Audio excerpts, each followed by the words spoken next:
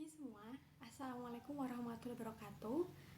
Apakah teman-teman sudah masuk Zoom semua? Nanti Ibu akan cek satu persatu ya. Baik, sepertinya sudah pada masuk Zoom semua. Silakan berikutnya berdoa dipimpin oleh ketua kelas, dipersilakan. Ibu akan melihat satu persatu. Apakah kalian sudah mengenakan seragam dengan disiplin sesuai dengan ketentuan sekolah?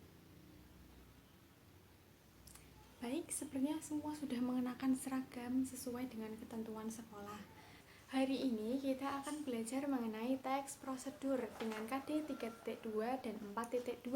KD 3.2 meliputi menganalisis struktur dan kebahasaan teks prosedur dengan indeks pencapaian kompetensi, yaitu mengidentifikasi struktur teks prosedur dan mengidentifikasi kebahasaan teks prosedur. Kemudian KD yang berikutnya yaitu 4.2 berisi tentang memproduksi teks prosedur berdasarkan struktur dan kebahasaan.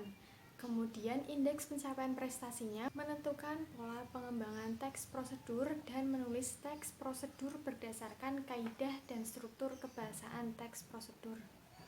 Dalam melakukan setiap kegiatan yang kita lakukan, pemahaman dalam pengerjaannya merupakan sesuatu yang sangat penting.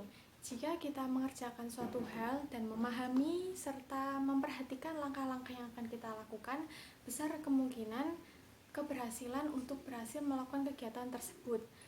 Jenis teks yang berisi tentang langkah-langkah melakukan suatu kegiatan atau mengerjakan suatu termasuk ke dalam teks prosedur. Berikutnya akan lebih jelas jika kalian memperhatikan video berikut.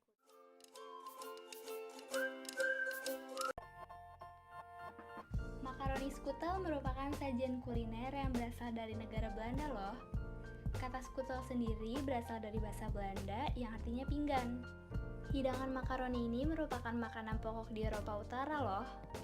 Biasanya mereka memasaknya dengan dicampur telur dan susu dengan bahan tambahan seperti daging, sayuran, atau ikan, dan biasanya dibuat dengan keju yang ditaburkan di atasnya.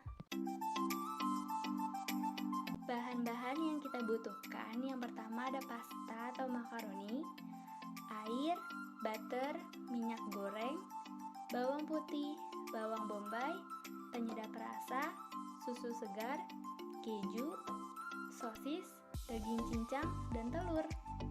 Selanjutnya ada alat-alat. Yang pertama ada kompor, gas LPG, teflon, sutil, panci kecil, saringan, wadah tahan panas, dan yang terakhir panci untuk mengukus.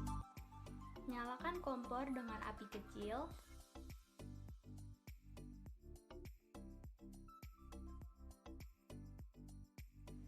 Letakkan panci yang sudah berisi air.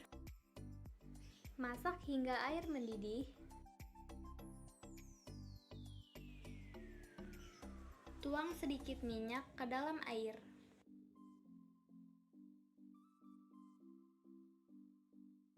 Masukkan makaroni ke dalam panci. Kemudian tiriskan. Masukkan butter ke dalam teflon. Tumis bawang putih dan bawang bombay. Masukkan potongan sosis dan daging yang sudah dicincang. Kemudian tumis hingga matang.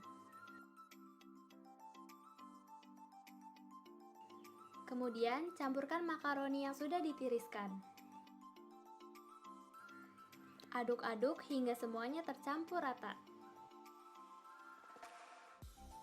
Tuang susu secara perlahan, sedikit demi sedikit.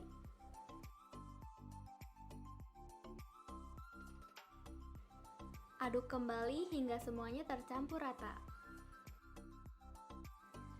Hingga teksturnya berubah menjadi mengental ya. Kemudian masukkan keju yang sudah diparut.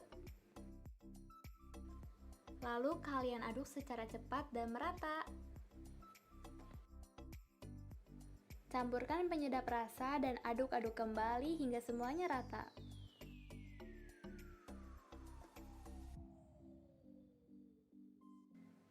Jika sudah matang, matikan kompor dan tunggu makaroni hingga menjadi suhu ruang ya. Tuang makaroni ke dalam wadah. Siapkan 3 butir telur, lalu kocok rata dan masukkan ke dalam adonan makaroni. Aduk-aduk hingga tercampur rata, lalu ratakan adonan, taburkan keju di atasnya, dan masukkan ke dalam panci kukusan. Kukus selama 15-20 menit ya.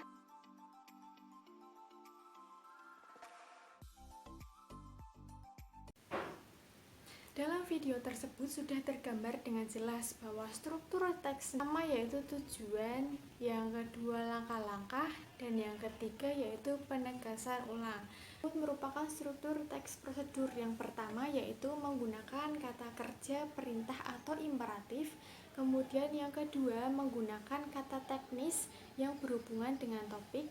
Kemudian yang ketiga yaitu menggunakan konjungsi dan partikel. Cermati video berikut. Kemudian buatlah teks berdasarkan video tersebut.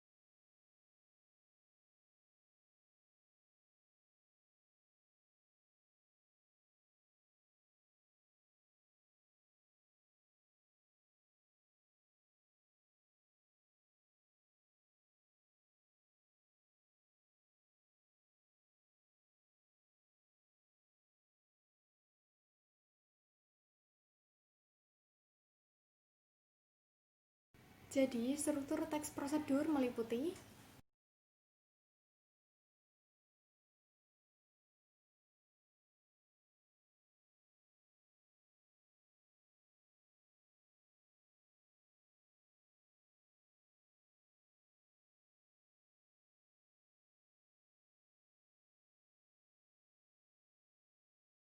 kemudian ciri kebahasaan teks prosedur meliputi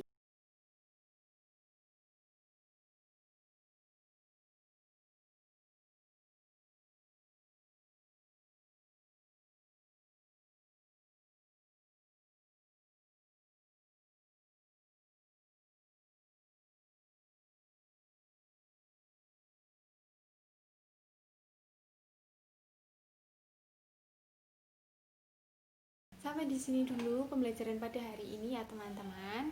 Jaga kesehatan dan salam untuk keluarga kalian di rumah. Kurang lebihnya seperti itu pembelajaran pada hari ini.